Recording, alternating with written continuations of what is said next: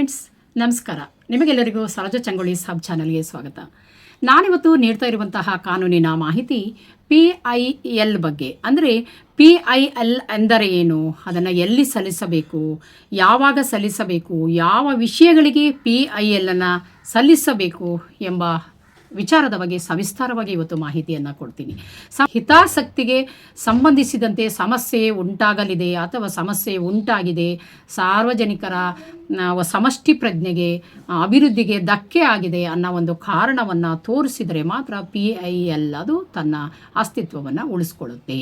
PIL ಅನ್ನು ಒಬ್ಬ ವ್ಯಕ್ತಿ ಹಾಕಬಹುದು ಅಥವಾ ಒಂದು ಸಂಘಟನೆ ಹಾಕಬಹುದು ಅಥವಾ ಒಂದು NGO ಮೂಲಕ ಕೂಡ PIL ಅನ್ನು ಸಲ್ಲಿಸಬಹುದಾಗಿದೆ.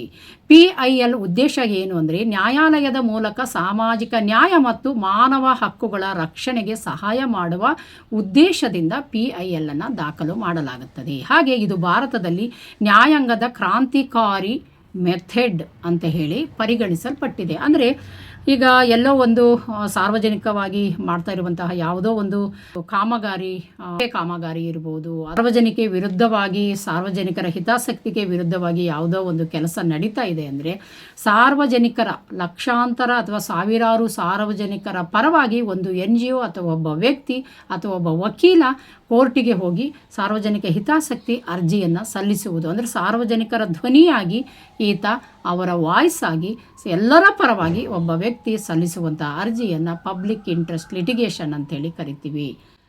ಹಾಗೆ ಫ್ರೆಂಡ್ಸ್, PIL ಅನ್ನು ಎಲ್ಲಿ ಸಲ್ಲಿಸಬಹುದು? ಏನು ತಾಲೂಕು ಆಫೀಸಿಗೆ ಕೊಡೋಕ್ಕಾಗತ್ತಾ ಅಥವಾ ಜಿಲ್ಲಾಧಿಕಾರಿಗಳಿಗೆ ಕೊಡುವಂಥದ್ದು PIL ಅಂದರೆ, ಇಲ್ಲ SP ಸಾಹೇಬ್ರಿಗೆ ಕೊಡಬೇಕಾ ಅನ್ನೋದನ್ನು ಕರೆಕ್ಟಾಗಿ ತಿಳ್ಕೋಬೇಕು. PIL ಅನ್ನು 2 ನ್ಯಾಯಾಲಯಗಳಲ್ಲಿ ಮಾತ್ರ ಸಲ್ಲಿಸಬಹುದು. ಒಂದು ಹೈಕೋರ್ಟ್, ಇನ್ನೊಂದು ಸುಪ್ರೀಂ ಕೋರ್ಟ್. PIL ಅನ್ನು ಸ್ಪಷ್ಟವಾಗಿ ತಿಳ್ಕೊಳ್ರಿ. ಪಬ್ಲಿಕ್ ಇಂಟ್ರೆಸ್ಟ್ ಲಿಟಿಗೇಷನ್ ಅರ್ಜಿಯನ್ನು ಜಿಲ್ಲಾ ನ್ಯಾಯಾಲಯಗಳಲ್ಲಿ ಅಥವಾ ತಾಲೂಕು ನ್ಯಾಯಾಲಯಗಳಲ್ಲಿ ಸಲ್ಲಿಸೋಕ್ಕೆ ಬರೋದಿಲ್ಲ. ನಾನು ಆಗಲೇ ಹೇಳಿದಾಗೆ SP DC ತಾಲೂಕು ಆಡಳಿತಾಧಿಕಾರಿ ದಂಡಾಧಿಕಾರಿಗಳಿಗೆ ಇದನ್ನು ಅರ್ಜಿಯನ್ನು ಕೊಡಲಿಕ್ಕೆ ಬರೋದಿಲ್ಲ. ಇದು ಹೈಕೋರ್ಟಲ್ಲಿ ಅಂದರೆ ಸಂವಿಧಾನದ ಅನುಚ್ಛೇದ ಆರ್ಟಿಕಲ್ 226 ಅಡಿಯಲ್ಲಿ ಹೈಕೋರ್ಟಿಗೆ ನಾವು PIL ಅನ್ನು ಹಾಕಬಹುದು. ಹಾಗೆ ಇನ್ನೊಂದು ಅಂದರೆ ಸುಪ್ರೀಂ ಕೋರ್ಟಿಗೆ ಆರ್ಟಿಕಲ್ 32 ಅಡಿಯಲ್ಲಿ ಅಂದರೆ ಸಂವಿಧಾನದ ಅನುಚ್ಛೇದ 32ರ ಅಡಿಯಲ್ಲಿ ಸುಪ್ರೀಂ ಕೋರ್ಟಲ್ಲಿ ನಾವು ಸಾರ್ವಜನಿಕ ಹಿತಾಸಕ್ತಿ ಅರ್ಜಿಯನ್ನು ನೇರವಾಗಿ ದಾಖಲು ಮಾಡಲಿಕ್ಕೆ ಅವಕಾಶ ಇದೆ. ಎರಡೇ ಕಡೆ ಯಾವುದೇ ರಾಜ್ಯದ ಹೈಕೋರ್ಟಲ್ಲಿ ನಾವು ಆರ್ಟಿಕಲ್ 226 ಅಡಿಯಲ್ಲಿ ಹಾಕ್ಬೋದು, ಇಲ್ಲ ಆರ್ಟಿಕಲ್ 32 ಅಡಿಯಲ್ಲಿ ಸುಪ್ರೀಂ ಕೋರ್ಟಲ್ಲಿ ಮಾತ್ರ ನಾವು ಸಾರ್ವಜನಿಕ ಹಿತಾಸಕ್ತಿ ಅರ್ಜಿಯನ್ನು ಹಾಕಬಹುದಾಗಿದೆ. ಹೈಕೋರ್ಟಲ್ಲಿ ರಾಜ್ಯ ಮಟ್ಟದ ವಿಷಯಗಳಿಗೆ ಹೈಕೋರ್ಟಲ್ಲಿ ಹಾಕ್ತೀವಿ. ಹಾಗಾದರೆ ಹೈಕೋರ್ಟಲ್ಲಿ ಯಾವ ವಿಚಾರಗಳ ಬಗ್ಗೆ ಹಾಕ್ತೀವಿ?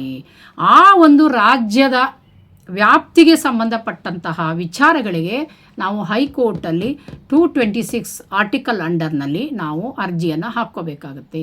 ಸುಪ್ರೀಂ ಕೋರ್ಟಲ್ಲಿ ಯಾವ ವಿಚಾರಗಳ ಬಗ್ಗೆ PIL ಅನ್ನು ಹಾಕ್ಕೋತೀವಿ ಅಂದರೆ ರಾಷ್ಟ್ರೀಯ ಹಿತಾಸಕ್ತಿ ಅಥವಾ ಮಾನವ ಹಕ್ಕುಗಳ ಉಲ್ಲಂಘನೆ ಆದಾಗ ಸುಪ್ರೀಂ ಕೋರ್ಟಲ್ಲಿ ಸಾರ್ವಜನಿಕ ಅರ್ಜಿಯನ್ನು ನಾವು ಹಾಕ್ಕೊಳ್ಬೇಕಾಗ್ತದೆ.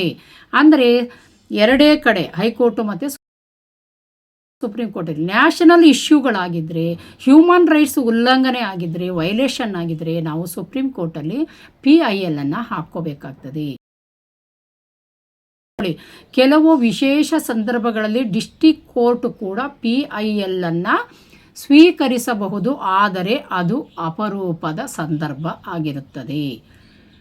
ಫ್ರೆಂಡ್ಸ್, ನೆಕ್ಸ್ಟು ಇನ್ನು PIL ಅನ್ನು ಯಾವಾಗ ಸಲ್ಲಿಸಬಹುದು? ಸಾರ್ವಜನಿಕ ಹಿತಾಸಕ್ತಿ ಅರ್ಜಿಯನ್ನು ಯಾವಾಗ ಸಲ್ಲಿಸಬಹುದು? PIL ಅಂದರೆ ಏನು ಅಂತ ತಿಳ್ಕೊಂಡ್ರಿ, PIL ಅಂದರೆ ಎಷ್ಟು ವಿಧ ಅಂತ ತಿಳ್ಕೊಂಡ್ರಿ, PIL ಅನ್ನು ಎಲ್ಲೆಲ್ಲಿ ಸಲ್ಲಿಸಬಹುದು ಅಂತ ಗೊತ್ತಾಯಿತು ನಮಗೆ. ಹಾಗೆ ಸಾರ್ವಜನಿಕ ಹಿತಾಸಕ್ತಿ ಅರ್ಜಿಯನ್ನು ಯಾವಾಗ ಸಲ್ಲಿಸಬೇಕು ಅನ್ನೋದು ಒಂದು ಬಹಳ ಮುಖ್ಯವಾದ ಅಂಶ ಆಗಿರುತ್ತದೆ. ಸಾರ್ವಜನಿಕರ ಹಿತಾಸಕ್ತಿ ಅಥವಾ ಜೀವ, ಆರೋಗ್ಯ, ಪರಿಸರ, ಮಾನವ ಹಕ್ಕುಗಳಿಗೆ ಹಾನಿಯಾಗುವ ಸಂದರ್ಭಗಳಿದ್ದಾಗ ನಾವು ಪಬ್ಲಿಕ್ ಇಂಟ್ರೆಸ್ಟ್ ಲಿಟಿಗೇಷನನ್ನು ಸಲ್ಲಿಸಬೇಕಾಗ್ತದೆ.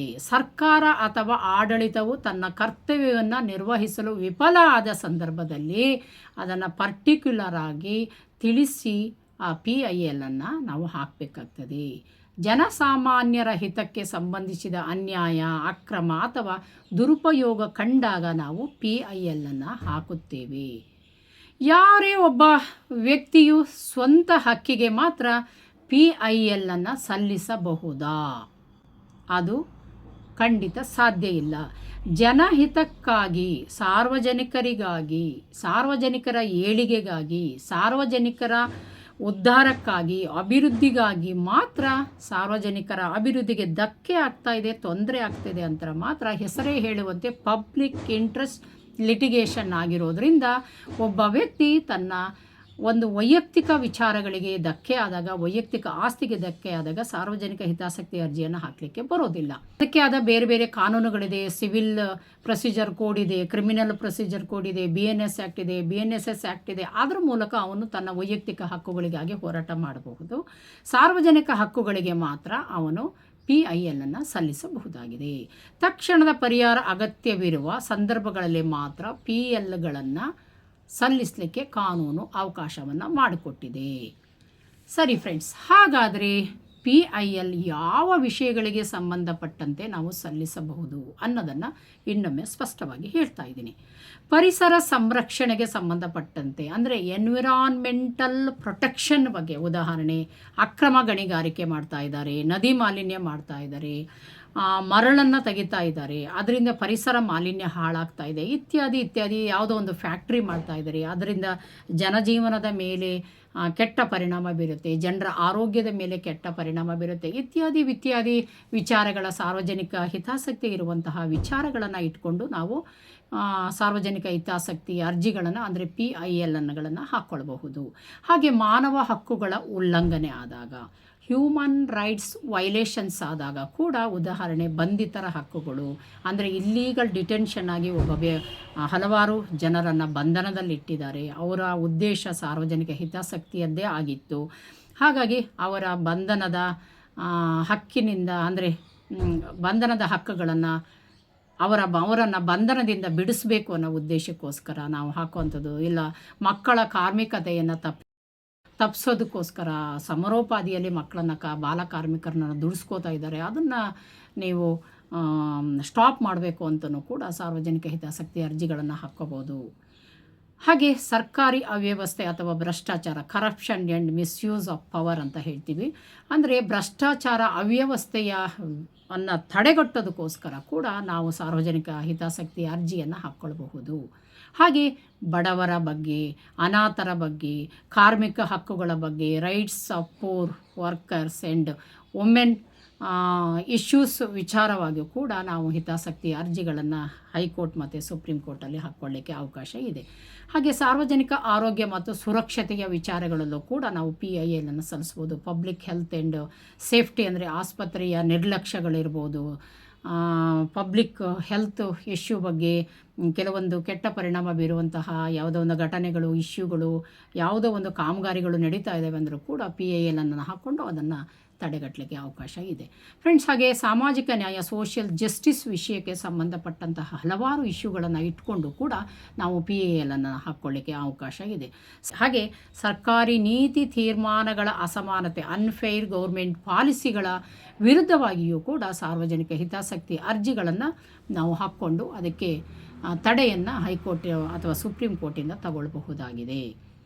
ಹಾಗೆ ಇನ್ನೂ ಕೆಲವು ವಿಚಾರವನ್ನು, ಇಶ್ಯೂಗಳನ್ನು, ಸಂದರ್ಭಗಳನ್ನು ನಾವು ನೋಡೋದಾದರೆ, ಆಸ್ತಿ ಮತ್ತು ಭೂಮಿ ಹಕ್ಕು ಉಲ್ಲಂಘನೆ ಆದಾಗ, land rights and displacement issues ಅಂತ ಹೇಳ್ತೀವಿ. ಅಂದರೆ ಆಸ್ತಿ ಮತ್ತು ಭೂಮಿ ಹಕ್ಕಿನ ಉಲ್ಲಂಘನೆ ಆದಾಗ ಅಥವಾ ಇತ್ಯಾದಿ ಯಾವುದೋ ಒಂದು ಇಶ್ಯೂಗಳು ನಾವು ಹೇಳ್ತೀವಲ್ಲ, ಆ ರೀತಿ ಸಾರ್ವಜನಿಕರಿಗೆ, ಸಾರ್ವಜನಿಕ ಆಸ್ತಿ ಪಾಸ್ತಿಗಳಿಗೆ ಮತ್ತು ಸಾರ್ವಜನಿಕರ ಭೂಮಿ ಹಕ್ಕಿನ ಉಲ್ಲಂಘನೆ ಆಗ್ತಾ ಇದೆ ಅಂತ ಸಂದರ್ಭದಲ್ಲೂ ಕೂಡ ಸೂಕ್ತ ದಾಖಲಾತಿಗಳಿಂದ ನಾವು ನ್ಯಾಯಾಲಯದ ಕದವನ್ನು ತಟ್ಟಬಹುದಾಗಿದೆ. ಹಾಗೆ ಮಹಿಳೆ ಮತ್ತು ಮಕ್ಕಳ ರಕ್ಷಣಾ ವಿಚಾರಗಳು, ಇದರ ಬಗ್ಗೆಯೂ ನಾವು PILನ್ನು ಸಲ್ಲಿಸಬಹುದು. ಮಹಿಳೆ ಮತ್ತು ಮಕ್ಕಳ ರಕ್ಷಣಾ ವಿಚಾರದ ಬಗ್ಗೆ, ಕಲ್ಯಾಣದ ವಿಚಾರದ ಬಗ್ಗೆ ಯಾರಾದರೂ ನಿರ್ಲಕ್ಷ್ಯವನ್ನು ಸರ್ಕಾರ ಅಥವಾ NGOಗಳು ವಹಿಸ್ತಾ ಇದ್ದಾರೆ, ಸರ್ಕಾರೇತರ ಸಂಸ್ಥೆಗಳು ಮಾಡ್ತಾ ಇದ್ದಾರೆ ಅಂದರೂ ಕೂಡ ನಾವು PILನ್ನು ಸಲ್ಲಿಸಬಹುದಾಗಿದೆ.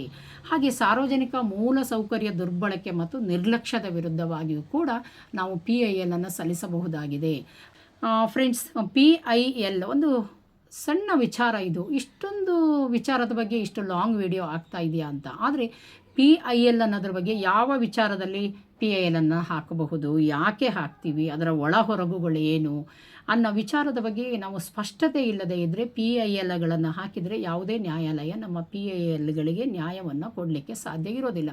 ಹಾಗಾಗಿ ಇದ್ರ ಬಗ್ಗೆ ಸ್ಪಷ್ಟತೆ ಇರಬೇಕು, ಇದರಲ್ಲಿ ಯಾವ ಅಂಶಗಳು ಇರಬೇಕು, ಎಲ್ಲಿ ಹಾಕಬೇಕು ಅನ್ನೋದನ್ನು ಕರೆಕ್ಟಾಗಿ ತಿಳ್ಕೊಂಡು ಇದನ್ನು ನಾವು ಬಳಸ್ಕೋಬೇಕು ಅನ್ನೋ ಉದ್ದೇಶಕ್ಕೋಸ್ಕರ ನಾನು ಈ ವಿಡಿಯೋವನ್ನು ಮಾಡ್ತಾ ಇದ್ದೀನಿ.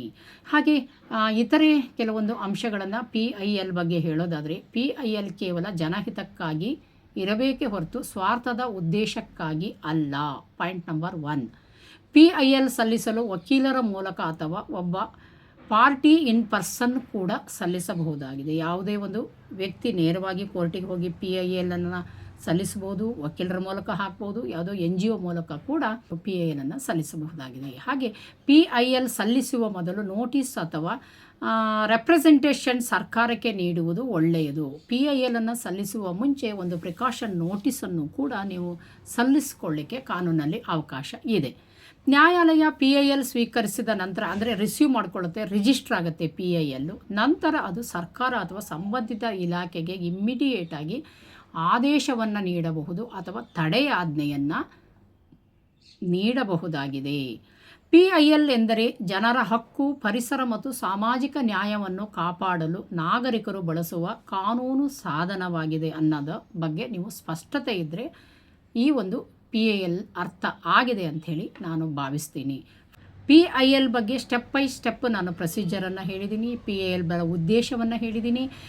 ಇಷ್ಟು ವಿಚಾರ PIL ಬಗ್ಗೆ. ನೀವು PIL ಅನ್ನು ಸಲ್ಲಿಸುವ ಮೊದಲು ಸಾಕಷ್ಟು ದಾಖಲೆಗಳನ್ನು, ವಿವರವನ್ನು ಸಂಗ್ರಹ ಮಾಡ್ಕೊಂಡು ಹಾಕಿದರೆ ಖಂಡಿತವಾಗಲೂ ನಿಮಗೆ ಜಯ ಸಿಗುತ್ತೆ ಅಂತ ಹೇಳ್ತಾ ಈ ವಿಡಿಯೋವನ್ನು ಮುಗಿಸ್ತಾ ಇದ್ದೀನಿ. ಫ್ರೆಂಡ್ಸ್, ಮೊದಲ ಬಾರಿಗೆ ನಮ್ಮ ಚಾನಲ್ ನೋಡ್ತಾ ಇದ್ದರೆ ದಯವಿಟ್ಟು ನೀವು ನಮ್ಮ ಚಾನಲನ್ನು ಸಬ್ಸ್ಕ್ರೈಬ್ ಮಾಡ್ಕೊಂಡು ನೋಡಿ. ಹಾಗೆ ಈ ಎಪಿಸೋಡ್ ಇಷ್ಟ ಆದರೆ ಫ್ರೆಂಡ್ಸ್ ಆ್ಯಂಡ್ ಫ್ಯಾಮಿಲಿ ಮೆಂಬರ್ಗಳಿಗೆ ಶೇರ್ ಮಾಡೋದ್ರ ಮೂಲಕ ವಿಚಾರವನ್ನು ಸಾಕಷ್ಟು ಜನರಿಗೆ ತಲುಪಿಸೋ ಅಂಥ ಪ್ರಯತ್ನವನ್ನು ಮಾಡಿ. ಹಾಗೆ ನಮ್ಮ ಪ್ರಯತ್ನವನ್ನು ನೀವು ಎನ್ಕರೇಜ್ ಮಾಡಿ ಅಂತ ಕೇಳ್ಕೊಳ್ತಾ ಈ ಒಂದು ವಿಚಾರವನ್ನು ಮುಗಿಸ್ತಾ ಇದ್ದೀನಿ. Thank you for watching Saroja Changolli sub channel. Thank you.